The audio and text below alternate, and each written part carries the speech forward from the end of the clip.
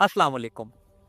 हम 11वीं सदी में मुसलमानों और ईसाइयों के बाहमी तसादुम की बात कर रहे हैं। हम जंग मेंजिकर्ट में, जिसमें सुल्तान अलप अरसलान ने रोमन एम्पायर को बुरी तरह अनातोलिया के इलाकों में शिकस्त दी थी, उसको डिस्कस कर चुके हैं।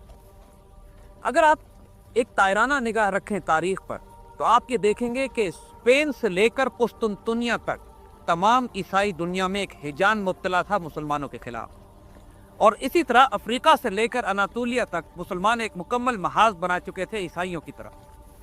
और दोनों तहजीबें, मगरिब और मशरिक, ईसाई और मुसलमान, अपने हर एक्सिस पर मुतसादिम थे। ईसाइयों में यह एडवांटेज था कि वो मुसलमानों की कमजोरियों से फायदा उठाने के लिए आपस में अपने आप को मुत्तहिद कर रहे थे।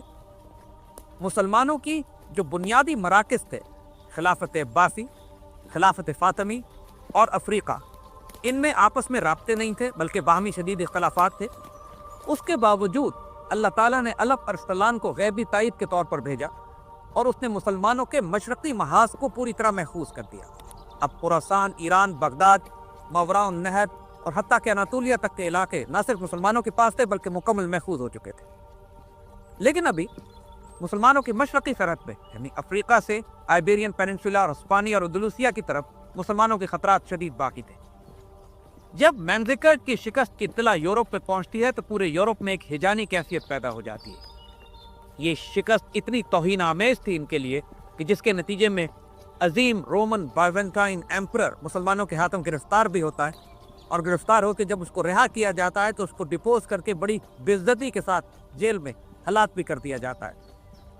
इस जिल्लत का बदला भी यूरोप ने लेना था, और अभी भी यूरोप ये समझता था कि वो मुसलमानों को स्पेन के पेनिनसुला से बाहर निकाल सकेगा।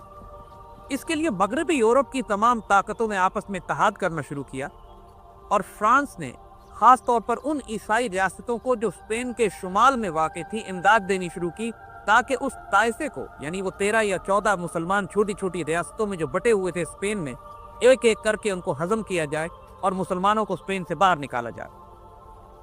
इसी कैफियत की वजह से तकरीबन 1085 में एक ईसाई नवाब अल्फांसो ने फ्रांस की मदद से हमला किया और टोलेडो की मुसलमान रियासत पर कब्जा कर लिया। जो ही टोलेडो पर कब्जा किया गया, पूरे आइबेरियन पेनिनसुला में, पूरे ताइफा में एक पैनिक क्रिएट हो जाता है। अब उन सारे छोटे छोटे मुसलमान सरबराहों को यकीन हो गया था कि ईसाई एक एक करके इनको हड़प करेंगे, और अब ये खुद इतनी ताकत नहीं रखते थे कि ईसाइयों का मुकाबला कर सके। ये वक्त इंतहाई नज़दीक था कि अगर मुसलमानों को मदद ना पहुंचती, तो वो स्पेन का जवाल जो 1492 में होता है, शायद 1092 ही में हो जाता। जो कुछ उस दौर के अंदलूसिया में हो रहा था, उसमें आज के पाकिस्तान के लिए गैर मामूली सबक छुपे हुए हैं। जब खिलाफत उमैयद का मरकज़ कमज़ोर हुआ, तो उनके तमाम सूबों ने आज़ादी का ऐलान कर दिया।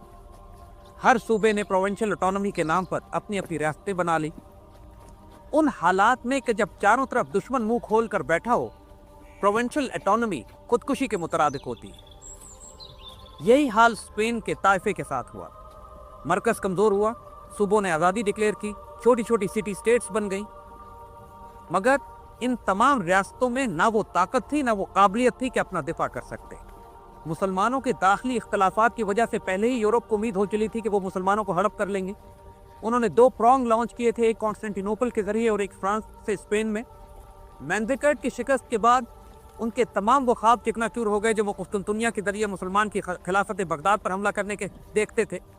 गम गुस्से की आग वैसे ही यूरोप में भड़क रही थे। इस तमाम सूरत हाल में कि जब मुसलमानों का मरकज़ अंदलूसिया में कमज़ोर हुआ और ताइफे बन गए, तो एक एक ताइफा टारगेट बन गया उन तमाम यूरोपियन पावर्स के लिए कि जो पहले दिन को आपस में लड़वाते रहे कमज़ोर करने के लिए, उनकी दाखिली कमज़ोरियों से फ़ायदा उठाया और मुख्तलिफ़ किस्म के उन तमाम इख्तलाफात को हवा दी, और फिर उन इख्तलाफात में साइज़ लेकर, पोजीशंस लेकर अपने आप को इतना मजबूत कर लिया कि एक एक करके तमाम मुसलमान रियासतें या तमाम मुसलमान शहर जो स्पेन में वाक़ थे, करीब थे कि तमाम ईसाइयों के कब्ज़े में चले जाते।